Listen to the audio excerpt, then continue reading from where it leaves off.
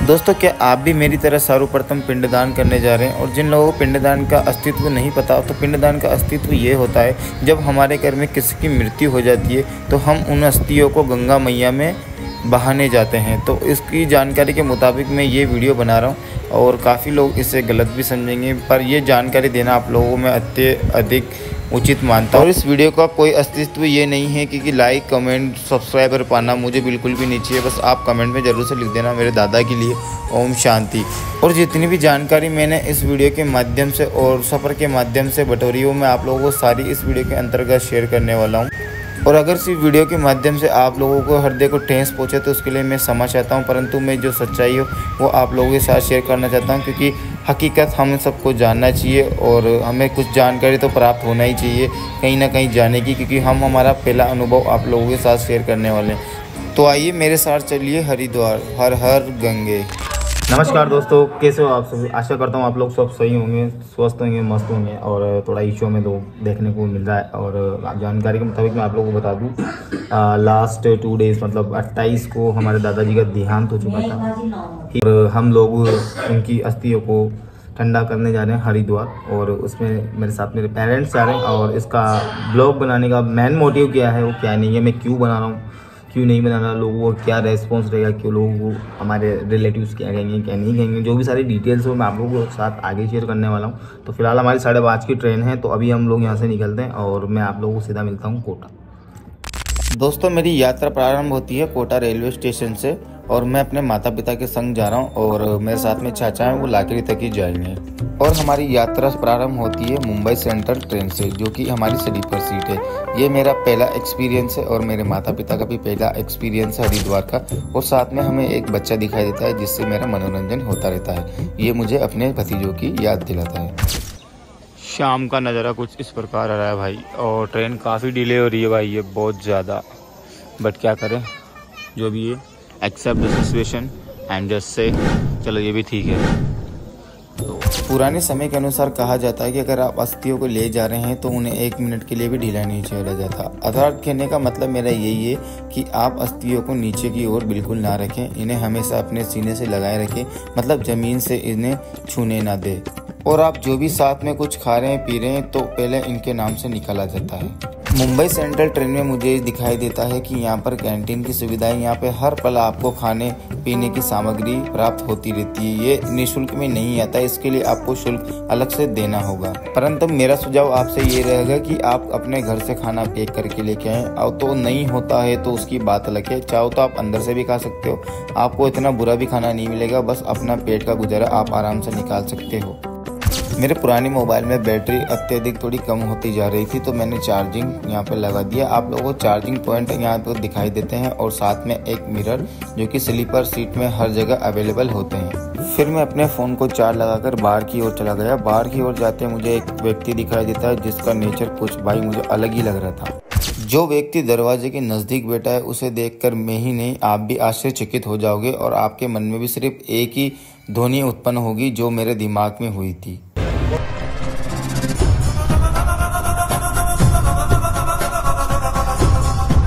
और अगले स्टेशन पे जैसे ट्रेन का ठहराव होता है तो मुझे दिखाई देता है गंगापुर। यहाँ आकर भाई हमें थोड़ी शांति मिलती, क्योंकि यहाँ पर वर्षा हो रही थी। फिर वर्षा के दौरान मुझे आ रही थी नींद, तो चलो अब मैं सोता हूँ और मिलता हूँ आपसे सुबह। तो जैसे सुबह सुबह मेरी आंखें खुलती है तो मैं ट्रेन के गेट के यहाँ पर आकर प्रकृति का आनंद व सुबह की ताजगी को महसूस करता हुआ सफ़र देखता रहता हूँ। सफ़र के दौरान मुझे फिर चाय की आदत थी, क्योंकि भाई मुझे चाय सुबह बहुत ज़रूरी है। फिर थोड़ी समय बाद मम्मी पापा पे उठ जाते हैं, तो मम्मी नेचर का आनंद लेती है और साथ में थोड़ा सा नर्वस फील करती हुई, और फिर बस कुछ ही समय में मुझे चाय भी मिल जाती है, जो कि चाय एकदम बेकार थी, परंतु पीना पड़ा मुझे, क्योंकि मुझे फ्रेश होने जाना था, तो मुझे चाय की आवश्यकता होती है। और फिर हम पहुंच गए सीधा हरिद्वार। ट्रेन भाई यहाँ पर ही समाप्त होती है, इसके आगे ये नहीं जाएगी, वापस रिटर्न जाएगी और शाम को जाएगी आई थिंक मेरे हिसाब से। और ये है हरिद्वार का स्टेशन। फर्स्ट टाइम एक्सपीरियंस, और काफ़ी अच्छा नज़ारा, नेचर बहुत ही प्यारा, चारों तरफ पेड़ ही पेड़। चलो बाकी का नज़ारा मैं आप लोगों को बाहर दिखाता हूँ। मम्मी पापा को थोड़ा सा ध्यान रखना पड़ेगा, इस वजह से मैं ब्लॉग थोड़ा कम शूट कर रहा हूँ। तो चलो आगे की ओर।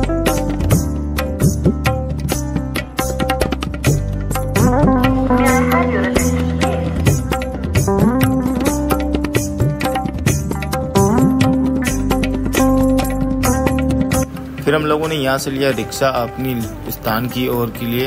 तो ये रिक्शा मैंने जानबूझ के लिया था क्योंकि मुझे ऐसा लगता है कि शायद उनको हमारी ज़्यादा ज़रूरत है। वैसे रिक्शा आप लोगों को यहाँ कई प्रकार के देखने को मिल सकते हैं, ज़रूरी नहीं कि आप किसी में भी बैठो, आपकी इच्छा करे इसमें बैठो। तांगा भी है और जो छोटे छोटे रिक्शा भी है। तो मैं तो एक ही चीज़ प्रेफर करूँगा कि आप लोग ऐसे लोगों को हायर करें। अंदर आओ तो भाई ऐसे रिक्शा से आओ क्योंकि इनकी भी थोड़ी मदद करो बेचारों की, इनको भी ज़रूरत है पैसों की। और दूसरी बात कि ये आपको पूरा अपने धर्मशाला तक पहुंचाएंगे, अपने पंडित तक आप लोगों को मिलाएंगे। फिर हम पंडित जी की चिल्ले चपाटी द्वारा ऐसे खंडर से टाइप के घर में पहुंचे। यहाँ पर हमारा ठहराव था, परंतु मैं आप लोगों को एक ही सुझाव दूंगा कि आप पंडित जी के स्थान पर ही पहुँचें। वहाँ आप लोगों को ठहरने की बहुत अच्छी सी जगह मिलेगी। और यहाँ पर ये नाई है जो यहाँ पर सर मुंडन वगैरह करता है, परंतु अब थोड़ी देर के लिए हम यहीं रहेंगे। भैया मेरी मम्मी गंजी नहीं कराने दे रही, फिर मेरे को खाएंगे ना वो लोग भाई। मम्मी नहीं कराने दे रही। और ये गुरुदेव का आश्रम है भाई, ऐसा दिखता है खंडर टाइप। गुरुदेव 9:30 तक आएंगे। तो भाई सीन कुछ ऐसा है, मुझे दाढ़ी कटिंग गंजा करवाना पड़ेगा क्योंकि भाई वो लोग उन्हें नहीं जीने देंगे। मैं तो फिर भी सह लेता हूँ, मेरी आदत सी हो गई है, बट मम्मी पापा को वो लोग बार बार ताने मारेंगे। इस वजह से मैं जा रहा हूँ कहीं सैलून ढूंढने आसपास, और वहाँ जाके मेरी मुंडन वगैरह करा के आता हूँ मैं। उसके बाद आपको मेरा दिखाता हूँ मैं कैसा लगता हूँ भाई। वैसे करवा रखी है मैंने, मेरी दादी मरी थी तब। तो चलो फिर आज वो करवाते हैं। चलो भाई अब अपना मुंडन करवा लेते हैं। काउंट 3 2 2 2 2 1। वैसे मैंने जैसा सोचा था वैसा तो इतना बुरा तो नहीं लग रहा हूँ मैं, ठीक ही लग रहा हूँ क्योंकि बहुत दिनों बाद करवाना इस वजह से। और जैसे ही मैं अपने मम्मी पापा के पास पहुँचा तो मुझे पता चला कि वहाँ की सारी प्रतिक्रिया थी, जो पोती वगैरह में नाम वगैरह लिखे जाते थे उनकी प्रतिक्रिया समापन हो चुकी थी। तो उस दौरान वो लोग बहुत अत्यधिक पैसे मांगते हैं, परंतु आप इतने पैसे ना दें, जितने कम दें उतने बेहतर रहेगा। मिनिमम 1500 रुपये तो वो लेंगे से 1500-2000 तक आप लोग देख सकते हो। फिर पंडित जी हमें घाट के नज़दीक लेके आ चुके थे क्योंकि पंडित जी आप लोगों को स्वयं लेके आएंगे और इनका अलग से चार्ज होता है जो कि आप लोगों को 200 रुपये देना पड़ता है। तो वो 200 रुपये तो आप लोगों को अलग से जोड़ना पड़ेगा। 2000-1500 में आप लोग उनको ऐड नहीं कर सकते। हरिद्वार को देवता का प्रवेश द्वार भी कहा जाता है। हरिद्वार भगवान शिव हरि के अनुयायी और भगवान विष्णु हरि के अनुयायी, इस स्थान को हरद्वार और हरिद्वार भी कहा जाता है। हरिद्वार को पहले मायापुरी के नाम से जाना जाता था, जो देवी माया देवी के कारण है। 11वीं शताब्दी ईस्वी में यह बना प्राचीन मंदिर हरिद्वार के अधिशास्त्री देवी संरक्षक देवी माया देवी का है, जिसे सिद्धि पीठों में से एक माना जाता है। और कहा जाता है कि यहाँ पर देवी की सती का हृदय और नभी गिरी थी। कहा जाता है कि यह एक पवित्र तीर्थ स्थल है।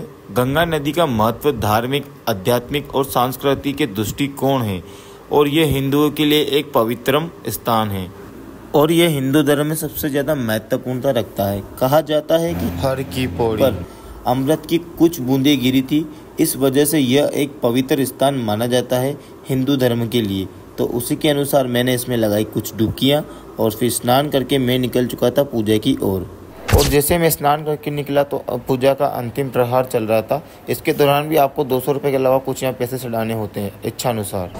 तो भाई वहाँ माता पिता हमारे वो पिंडदान वगैरह जो भी है वो कर रहे हैं और मैं थोड़ा सा इधर टहलने आ चुका हूँ। मैं आप लोगों को बता दूँ भाई, मेरे आने का मकसद तो यही था।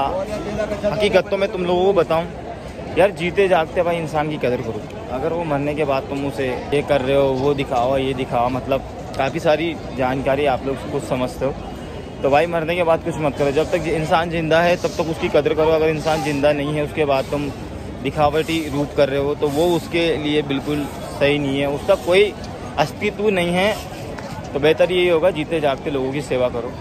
और मैं बड़ा भाग्यशाली हूँ कि मैं अपने दादा की वजह से हरिद्वार तक पहुँचा और उनको यहाँ तक छोड़ने आया मेरे माता पिता के साथ में। और मेरे दादा कैसे भी थे, पर भाई मेरे घर में 3 लोग ऐसे हैं जिन्होंने कभी मेरा बुरा नहीं चाहा। मेरे माता पिता और तीसरे मेरे दादा, जो मुझसे कभी लड़े भी नहीं, कुछ भी नहीं किया भाई, मतलब मेरे लिए हमेशा अच्छा ही बोलते थे।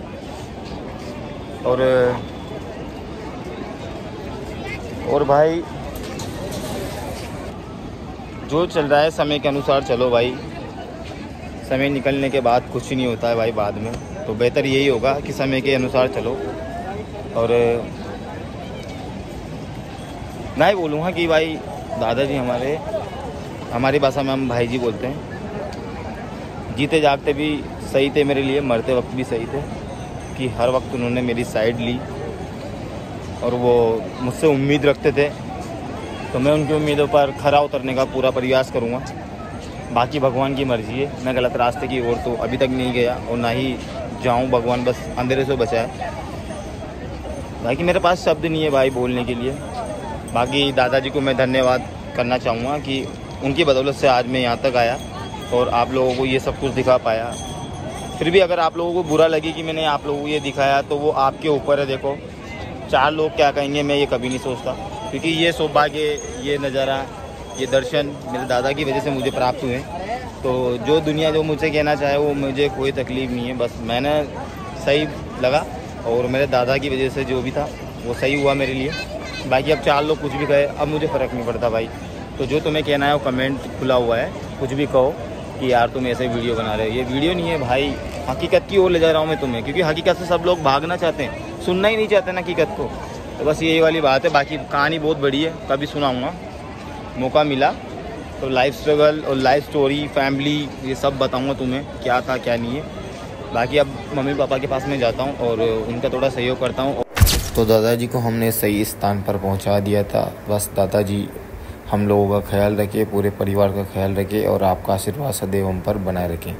और फिर यहाँ से मुझे दिखाई देता है मनसापूर्ण माता देवी का मंदिर, जहाँ पर जाना मेरे लिए अभी बिल्कुल संभव नहीं है क्योंकि मम्मी नहीं जा पाएगी इस वजह से। फिर सारा कार्यक्रम संपूर्ण करने के बाद हम लोग आ चुके थे खाना खाने। ये खाना आप लोगों को 70 रुपये प्लेट में आराम से मिल जाएगा। और घूमने के लिए भाई ये मार्केट आप लोग देख सकते हो, ये मार्केट अत्यधिक बड़ा है और अत्यधिक महंगा है। तो इसमें से भाई तुम जो भी बार्गेनिंग करो सोच समझ के करना, क्योंकि यहाँ पर थोड़ा महंगाई का ज़माना है। और फिर मैं जैसे आगे की ओर बढ़ने लगा तो भाई मुझे यहाँ पर सारे छल्ले दिखाई दिए जो भाई मेरे को बहुत ज़्यादा पसंद थे। इनमें से लेना था मैं सब कुछ चाहता था, पर मैंने सिर्फ एवेंजर्स का लिया था। भाई मम्मी के साथ आया था, मम्मी कुछ सामान ले रही थी तो नीचे भाई मम्मी को बार्गेनिंग करना नहीं आता यार। यहाँ पर मम्मी को बार्गेनिंग का बस के आउट का मतलब बस से बाहर, उनके जो बार्गेनिंग नहीं हो रही उनसे। तो अब मैं जा रहा हूँ कुछ बार्गेनिंग करके ला रहा हूँ उनके लिए, जो घर पे चाहिए ना तो वो मैं भी लेने जा रहा हूँ। वापस में हम लोग वहाँ कुंडी चलते हैं और वहाँ ढूंढते हैं बंदों को।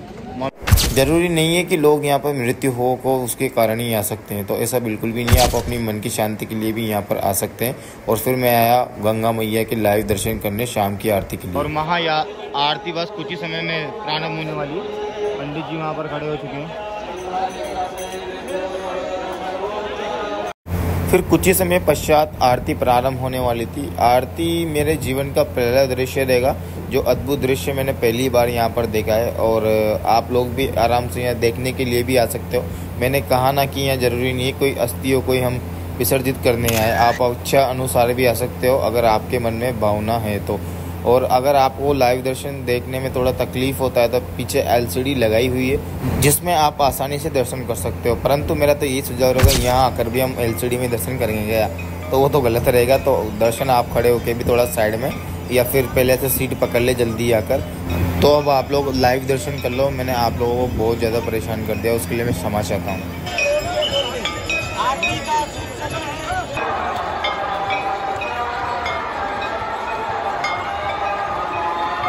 दोस्तों इसी के साथ हमारा वीडियो का अंत होता है। और अंत होने के दौरान मैं आप लोगों को बताना चाहूँगा कि भाई तुमसे बस लास्ट बार बोलूँगा, बेहतर यही होगा कि तुम लोगों के लिए कि अगर इंसान जीता जागता रहे ना तो भाई उसकी सेवा करो। मरने के बाद कुछ नहीं है, दिखावटी रूप से बेहतर है कि आप जीते जी किसी की सेवा करो। और कहने के लिए मेरे पास शब्द तो बहुत है, परंतु मैं कहना नहीं चाहता अभी, तो बेहतर यही होगा। बाकी बस आप अपनी फैमिली का ध्यान रखें और अपना ध्यान रखें और सबको प्यार बांटें, नफ़रत किसी में ना फैलाएं, वो बेहतर है। सबसे बेहतर यही होगा। उम्मीद करता हूँ दोस्तों आप लोगों को ये वीडियो पसंद आया होगा। और इसी के साथ इस वीडियो को मैं समापन करने जा रहा हूँ और देखते हैं आगे क्या होता है। बाकी स्वस्थ रहे, मस्त रहे, अपने घर वालों का ख्याल रखें। जय गंगा मैया। मैं पहले बेच लाऊंगा इनको, एक्सपेंसिव होटल नहीं लाऊंगा कभी भी नहीं।